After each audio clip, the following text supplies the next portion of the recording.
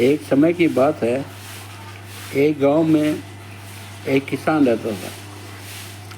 वो अपना खेत जोतता और खेत जोतने के बाद में घर आता तो उसकी स्त्री उसके पैर धोती, किसान बच्चे का माथा चूमता और खाना खाता। उसी समय एक भिखारी बाहर खड़ा था, वो सारा ये घटनाक्रम देख रहा था। तो किसान की औरत ने जाको एक मुट्ठी भर चने और उस भिखारी को दे दिए। अब भिखारी रास्ते में सोच रहा था, अपनी भी कोई ज़िंदगी है, सुबह से शाम तक भीख मांगते हैं और इच्छानुसार कहीं ज़मीन पर सो जाते हैं, और उधर ये किसान कितना ठाट बाट है, कितना बढ़िया गृहस्थी है और खुशी खुशी अपने यहाँ जी रहा है। अब किसान ने अपनी स्त्री से कहा कि ये अपना बैल है, ये बहुत बूढ़ा हो गया है और अपने पास दूसरा बैल लाने के लिए पैसे भी नहीं हैं, तो क्यों मैं सलीम सेठ के पास जाऊं और उससे कुछ पैसे उधार लूं। अब वो किसान सलीम सेठ के पास गया और सलीम सेठ को कहने लगा कि सेठ जी, मेरे कोई नया बैल लाना है तो मेरे को कुछ पैसे चाहिए। बहुत विनती करने के बाद में सलीम सेठ बोला कि लो। उसने तिजोरी में से एक थैली निकाली, बोलो ये रुपए लो और 1 रुपया सैकड़ा ब्याज लगेगा। अब किसान वहाँ से चल दिया।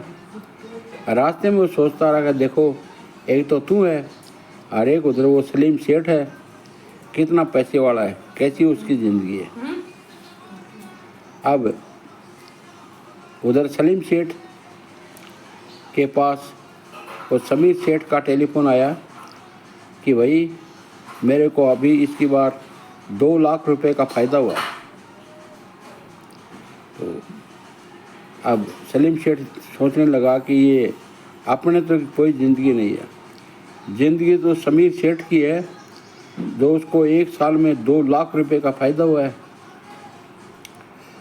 अब वो समीर सेठ के पास भी और कप्तान सेठ का टेलीफोन आया कि देखो मेरे यहाँ दावत हैं, बड़े बड़े अधिकारी आएंगे तो आप यहाँ पर आ जाओ।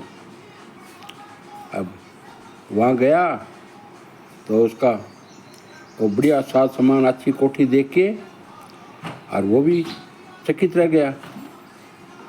अब उसने सोचा कि ये तो कोई ज़िंदगी नहीं है, ये देखो कितने ठाट बाट से रह रहे हैं, बड़े बड़े अधिकारी आ रहे हैं।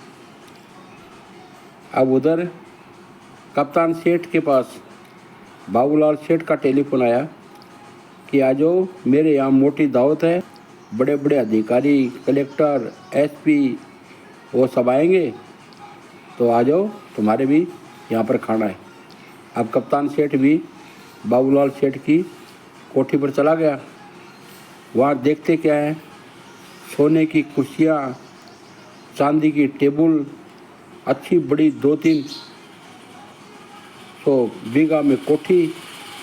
अब ये देख के कप्तान सेठ तो अचंभित हो गया कि अपनी कोई ज़िंदगी नहीं है और ये तो बाबूलाल सेठ तो मौज कर रहा है, बड़े बड़े अधिकारी उससे हाथ मिला रहे हैं और वो किसी को भाव ही नहीं दे रहा।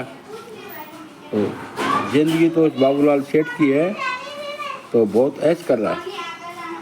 तो भाइयों, प्रेमी दोस्तों, असली ज़िंदगी तो अपनी संतोष की ज़िंदगी है। संतोष ही सबसे बड़ा धन है, उससे बड़ा कोई धन नहीं है। आप जिधर जिधर भी जाओगे, एक से बढ़कर एक आपको मिलेगा। तो एक भिखारी से लेकर उस बाबूलाल सेठ की कथा आपने सुनी। जिंदगी में किसी को संतोष नहीं है, यदि जिसके पास संतोष है उसका ही सबसे बड़ा सुखी जीवन है। तो आपको लोभ लालच नहीं करना चाहिए। जैसी भी रूखी सूखी दाल रोटी मिलती है उसको संतोष करके उसको खाना चाहिए और अपना जीवन व्यतीत करना चाहिए। जय हिंद। कहानी अच्छी लगी तो सभी मेरे दोस्त, मेरे सब्सक्राइबर इसको लाइक करें, कमेंट करें, शेयर करें और जिसका सब्सक्राइब नहीं किया हुआ है वो सब्सक्राइब भी अवश्य करें। जय हिंद।